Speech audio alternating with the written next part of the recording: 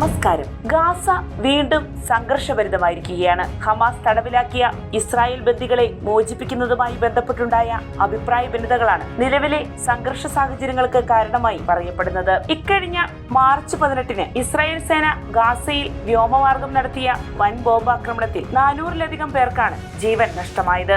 നീണ്ട ചർച്ചകൾക്കൊടുവിൽ ഇരുപക്ഷവും ചേർന്ന് സ്വീകരിച്ച വെടിനിർത്തൽ കരാർ പാലിക്കപ്പെട്ട 6 ആഴ്ചയ്ക്ക് ശേഷമാണ് ഇത്തരത്തിലൊരു ആക്രമണം ഇസ്രായേലിന്റെ ഭാഗത്തു നിന്നും ഉണ്ടായത്. അതോടെ പ്രദേശത്ത് 2 മാസത്തിനടുത്ത് നിലനിന്നിരുന്ന സമാധാന അന്തരീക്ഷം തകർക്കപ്പെട്ടു. ഇസ്രായേൽ ആക്രമണത്തിൽ കൊല്ലപ്പെട്ടവരിൽ സ്ത്രീകളും കുട്ടികളും ഉൾപ്പെടെയുള്ള നിരവധി സാധാരണക്കാരും ഉൾപ്പെട്ടിട്ടുണ്ട്. ഇതിനിടെ വടക്കൻ മധ്യ ഗാസയുടെ ഭാഗമായ ചില പ്രദേശങ്ങളിൽ നിന്ന് ജനങ്ങളെ ഒഴിപ്പിക്കാൻ ഇസ്രായേൽ ഉത്തരവിടുകയുണ്ടായി. ഇത് വരുവാനിരിക്കുന്ന കനത്ത ആക്രമണ സൂചനയായാണ് വിലയിരുത്തപ്പെട്ടത്.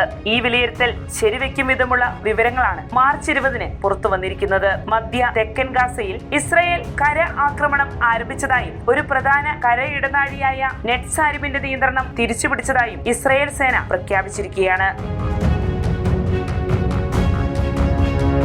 സുരക്ഷാ മേഖല വികസിപ്പിക്കുന്നതിനും വടക്കൻ തെക്കൻ ഗാസകൾക്കിടയിൽ ഭാഗിക ബഫർ സൃഷ്ടിക്കുന്നതിനുമായി കഴിഞ്ഞ ദിവസം മധ്യ തെക്കൻ ഗാസയിൽ കരമാർഗമുള്ള സൈനിക പ്രവർത്തനങ്ങൾ ആരംഭിച്ചതായാണ് സോഷ്യൽ മീഡിയ പോസ്റ്റിലൂടെ ഇസ്രായേൽ പ്രതിരോധ സേനയായ IDF സ്ഥിരീകരിച്ചത്. ഇസ്രായേൽ പൗരന്മാരെ സംരക്ഷിക്കുന്നതിനായി ഗാസയിലെ തീവ്രവാദ സംഘടനകൾക്കെതിരെ IDF തുടർന്നും പ്രവർത്തിക്കുമെന്ന് ഈ പോസ്റ്റിൽ കൂട്ടിച്ചേർത്തിരിക്കുന്നു. ടൈംസ് ഓഫ് ഇസ്രായേൽ റിപ്പോർട്ട് ചെയ്യും പ്രകാരം 252-ാം ഡിവിഷനിൽ നിന്നുള്ള സൈന്യം നെറ്റ്സാരിം ഇടനാഴിയിലേക്ക് മുന്നേറിയിരിക്കുകയാണ്. ഗാസയെ വടക്കൻ തെക്കൻ മേഖലകളായി വിഭജിക്കുന്ന പ്രധാന പാതയാണിത്. ഈ ഇടനാഴിയുടെ ഏകദേശം പകുതിയുടെ നിയന്ത്രണം ഇപ്പോൾ ഇസ്രായേലിന്റെ കയ്യിലാണ്. അതേസമയം തെക്കൻ ഗാസ അതിർത്തിയിൽ എലൈറ്റ് ഗൊലേനി ബ്രിഗേഡിനെ വിന്യസിക്കുന്നതായി IDF പ്രഖ്യാപിച്ചു. സാധ്യമായ എല്ലാ പ്രവർത്തനങ്ങൾക്കും തയ്യാറെടുക്കുന്നതിനായാണ് ഇത്തരമൊരു നീക്കം നടത്തിയിരിക്കുന്നത്. ഇസ്രായേലിന്റെ സമീപകാല ആക്രമണവും തെക്കൻ ഗാസയിലേക്ക് കൂടുതൽ സൈന്യത്തെ അയക്കുന്നതുൾപ്പെടെയുള്ള നടപടികളും ഇരു കക്ഷികളും വീണ്ടും പൂർണ്ണമായ യുദ്ധ സാഹചര്യങ്ങളിലേക്ക് നീങ്ങുകയാണെന്ന സൂചനകളാണ് നൽകുന്നത്. ബന്ദികളെ മോചിപ്പിക്കാൻ ഹമാസ് ആവർത്തിച്ച് വിസമ്മതിക്കുകയും മധ്യസ്ഥ നിർദ്ദേശങ്ങൾ നിരസിക്കുകയും ചെയ്തുവെന്നാണ് ഇസ്രായേൽ ആരോപിക്കുന്നത്. ഇതിനു മറുപടിയായി അശ്രദ്ധവും ഏകപക്ഷീയവുമായ നടപടികളിലൂടെ വെടിനിർത്തൽ ലംഘിച്ചതിനും ബന്ദികളെ അപകടത്തിലാക്കിയതിനും പ്രധാനമന്ത്രി ബെഞ്ചമിൻ നെതന്യാഹുവിനെ ഹമാസ് കുറ്റപ്പെടുത്തി. ഗാസ മുനമ്പിലെ ആക്രമണം പുനരാരംഭിച്ചതിനെ ന്യായീകരിച്ചുകൊണ്ട് ഹമാസിന്റെ ഭരണാധികാരവും സൈനിക അടിസ്ഥാന സൗകര്യങ്ങളും പൂർണ്ണമായും തകർക്കുന്നതുവരെ യുദ്ധം തുടരുമെന്നാണ് ഇസ്രായേൽ പ്രധാനമന്ത്രി ബെഞ്ചമിൻ നെതന്യാഹു പ്രസ്താവിച്ചിരിക്കുന്നത്. അതിനിടെ അമേരിക്കൻ പ്രസിഡന്റ് ഡൊണാൾഡ് ട്രംപിന്റെ നിർദ്ദേശം അംഗീകരിച്ച് ഹമാസിനെ ഗാസയിൽ നിന്നും നീക്കം ചെയ്യണമെന്ന് ഇസ്രായേൽ പ്രതിരോധ മന്ത്രി ഇസ്രായേൽ കാറ്റ്സ് ഗാസയിലെ ജനങ്ങൾക്ക് അവസാന മുന്നറിയിപ്പ് നൽകുകയുണ്ടായി.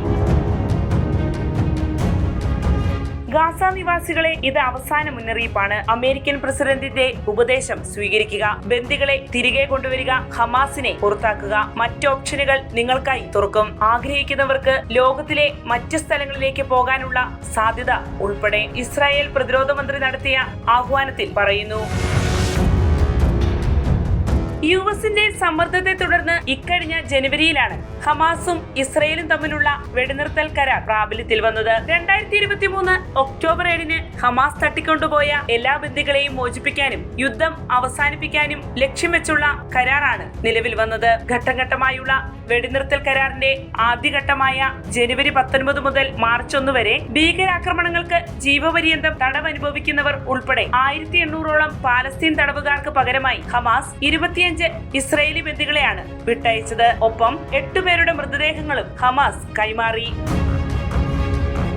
ദീർഘനാളുകളായുള്ള യുദ്ധത്തിൽ തളർന്നുപോയ പാലസ്തീനികൾക്ക് അടുത്തിടെ വന്ന വെടിനിർത്തൽ കരാർ ഒരു ചെറിയ ആശ്വാസം പകർന്നിരുന്നു. അതിലൂടെ ഗാസയ്ക്ക് അത്യാവശ്യമായിരുന്ന മാനുഷിക സഹായത്തിനുള്ള വാതിൽ തുറക്കപ്പെട്ടു. മാത്രവുമല്ല 15 മാസത്തിലേറെയായി തടവിലായിരുന്ന നിരവധി ബന്ദികളുടെ മോചനവും ആ വെടിനിർത്തൽ കരാറിലൂടെ യാഥാർത്ഥ്യമായി. 6 ആഴ്ച നീണ്ടുനിന്ന വെടിനിർത്തൽ കരാറിന് ശേഷം ഇസ്രായേൽ വീണ്ടും പുനരാക്രമണത്തിന് മുന്നിട്ടിറങ്ങിയതോടെ ഇസ്രായേൽ പാലസ്തീൻ അതിർത്തി കൂടുതൽ അതിസങ്കീർണ സംഘർഷാവസ്ഥയിലേക്ക് നീങ്ങിക്കൊണ്ടിരിക്കുകയാണ്. ഏറ്റവും ഒടുവിൽ പുറത്തുവരുന്ന റിപ്പോർട്ടുകൾ പ്രകാരം ഇക്കഴിഞ്ഞ 20-ന് അർദ്ധരാത്രിക്ക് ശേഷം ഗാസയിൽ ഇസ്രായേൽ നടത്തിയ ബോംബാക്രമണങ്ങളിൽ 85 പേരാണ് കൊല്ലപ്പെട്ടത്.